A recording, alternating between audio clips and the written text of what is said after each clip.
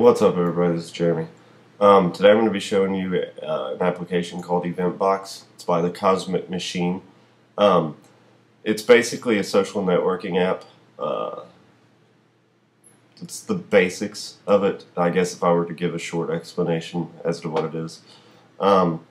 Basically, it puts your Twitter, your Flickr, your Dig, and many other social networking websites all into one application.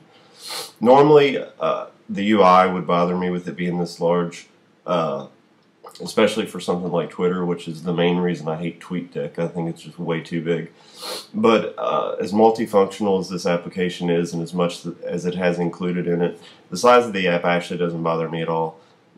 They sent this to me about a week ago, and I've been messing with it for quite a while now, and I love it. I was kind of iffy on it at first about the size, but I actually really like it. I'll go ahead and show you the menu bar first. About EventBox tells you a little bit about the application and the company. You can have it checked for updates. Here's where you're entering your registration information, and we'll go into preferences. Now this looks a lot like the OS X preferences and stuff right here. You got general. There's actually a lot of options on here, so I'm just going to try to cover them really quick. Show unread application badge. You can bounce the dock when new events arrive. You can show an icon in the menu bar, which on this right here, I'd actually like the option of being able to only have a menu bar, not a dock, but I don't think that's in here. Not that I've seen anyway. You can automatically mark events as read when you scroll past them. This is basically a lot of things showing you how to show that items have been viewed and stuff like that. You can open links in the background, view photo links using internal photo viewer. You can even set up your short URL stuff right there. You got your appearance. You can highlight unread events. You can show dots. You can show internet time, stuff like that. The unread option right here. Unread counts in the sidebar would be over here. Your refresh, how often you want to refresh, how many services. You got all of your navigation, events, focus, miscellaneous, and hotkeys, shortcuts. Excuse me. Your HUD, which I turn this off for the most part. You've got your quick send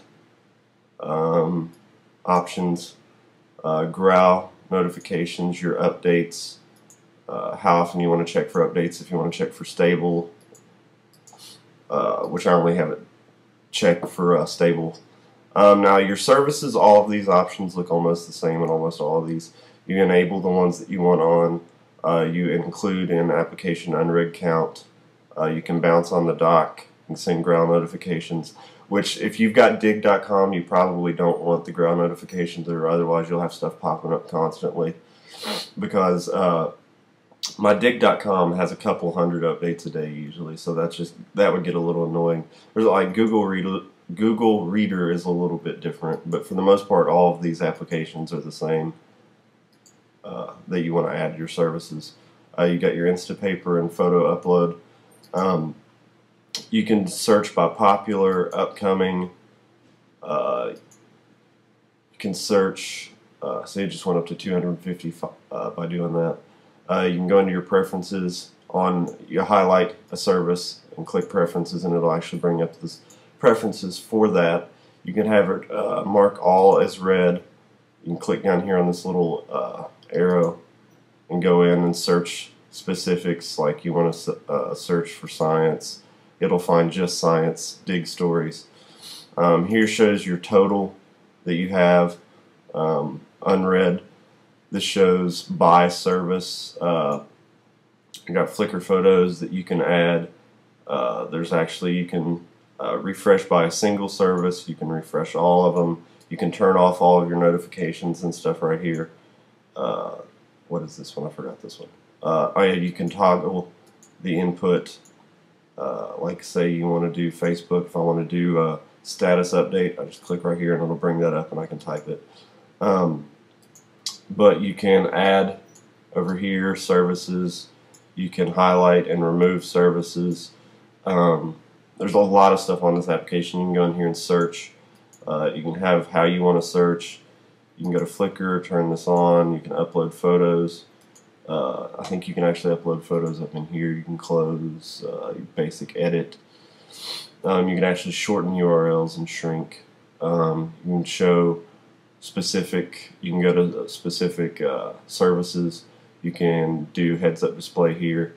You can focus. You can go to Instapaper options. You got your services that you actually have turned on right here. You can set status. You can upload photos to Facebook. You got your options over here. You can put what album you want it to go into. There's a lot of options on here, and they're all useful. So it's not. I know I always say I like simple little applications with not a lot of options, but a lot of applications have extremely useless options, and that is what I don't like. Something like this, where basically every option on it, for the most part, is something that I want there to make my decision on how I want it set up.